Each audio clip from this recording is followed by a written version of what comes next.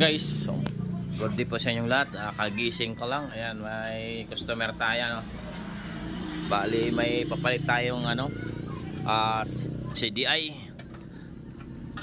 Ito yung in-order niya. Ayan.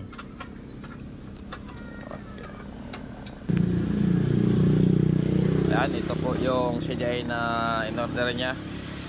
Bali ipoporpin natin yung kanyang CDI.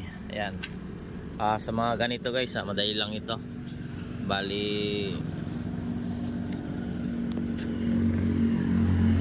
ayan, umuulan. Bali transfer muna natin dito tayo mapisto. Ayan, pisto muna kasi umuulan na. Gigising lang. Ayan. Okay. Bali subukan natin palitan yung kanyang CDI. Yan, angat mo muna.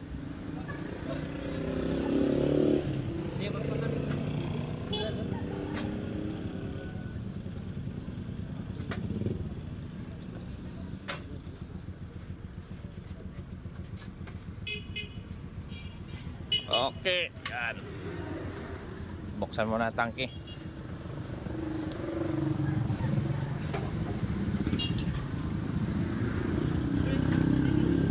Okay, bali pa-battery operated natin ito, dahil yung connection niya is AC type pa. Ayan, AC type. Bali battery operated natin itong CDI, dahil ito po yung gusto niyang palitan. Yan, dito.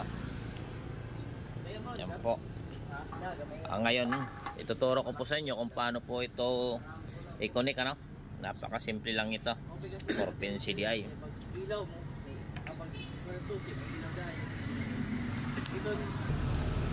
Ito po guys, ituturo ko po sa inyo kung paano po ito ipalit dito sa CDI. Kunin muna natin ito. Ayan.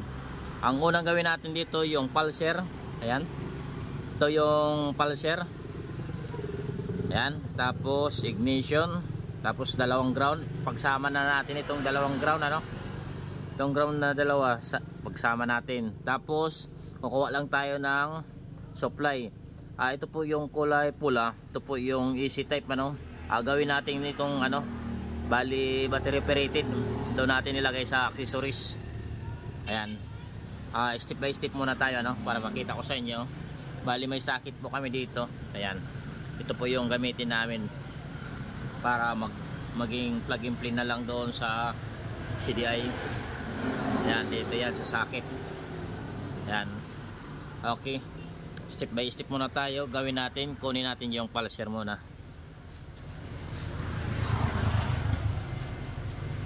Ayan, sundutin lang natin ito yung pulser.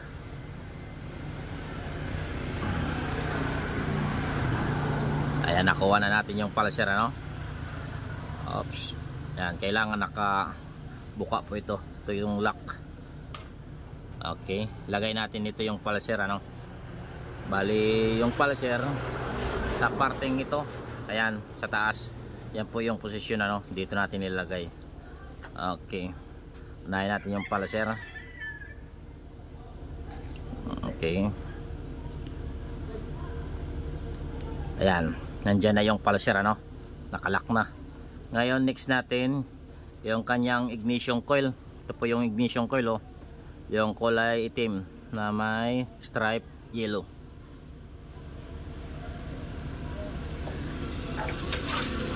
Ayan.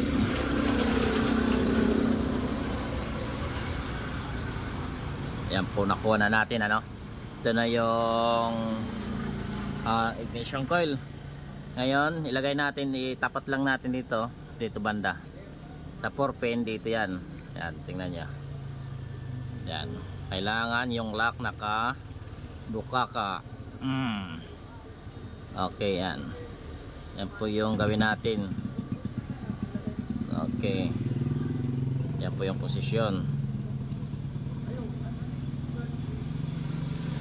Ayan, tapos na. Last natin yung ground. Ito po yung ground, dalawa. ang gawin lang natin dito sa ground ay pagsamahin natin, dahil dalawa po yung ground. Ito po yung ground ng pulser, ito po yung ground ng body or papuntang negative ng battery. Bali ang gawin natin dito sa dalawa, putulin na lang natin itong kulay ito sa pulser. Bali dito natin ilagay, ano, pagsama natin dito. Ayan guys, ito na yung dalawang ground, ano. Bali yung ground, pili ka lang kung saan yung ilagay mo. Bali pwede ito, pwede rin ito, kasi magkadikit na po yan. Ayan, no, kadikit na. Bali yung gawin mo, dahil yung ground dito po yan sa ilalim ng pulser. Ayan, dito po yan, ano. Ayan, okay. Kailangan po yung lock nakabuka ka, no. Ayan, okay. Yan, bali ito, kondim muna ito, ano. Yan po yung gawin nyo. Tapos ngayon i-next natin itong AC type na wire. Ito po yung kunin natin, ano. Yan. Yan. Ito guys, nasa AC type, DC type na po ito yung connection nito. Ilinagay ko na sa DC type na connection. Subukan natin, ano, kung DC type ba ito.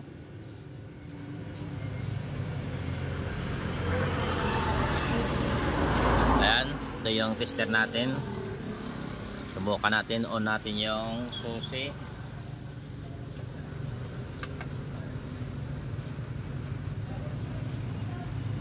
Ayan, umiilaw, ibig sabihin naka DC type po ito. Ayan, naka battery operated na po ito. Na-connect na po yan sa battery operated. Ngayon, itong wire na ito po yung supply na 12 volts, ano.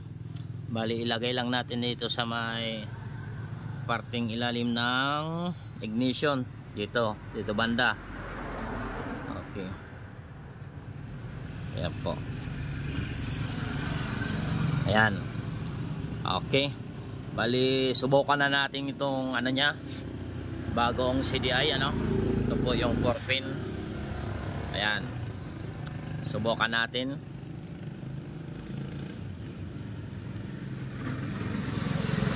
Ayan, check muna natin kung okay na ba yung ginawa natin, ano. Ayan, yung pulser nandun sa taas, ground. Ito po yung supply na 12 volts.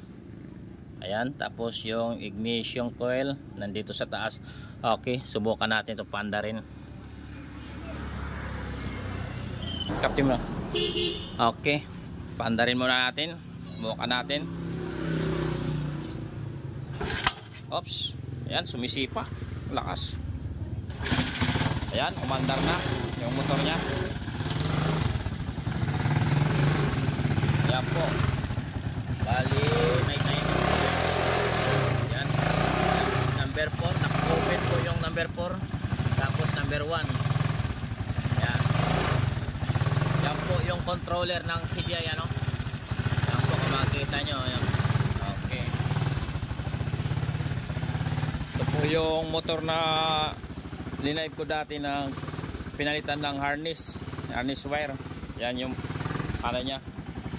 Ayan guys, salamat sa panood. Ayan, ina-adjustan niya pa yung kanyang andar. May adjustan po yan kung anong magandang adjustment. Yan po yung CDI na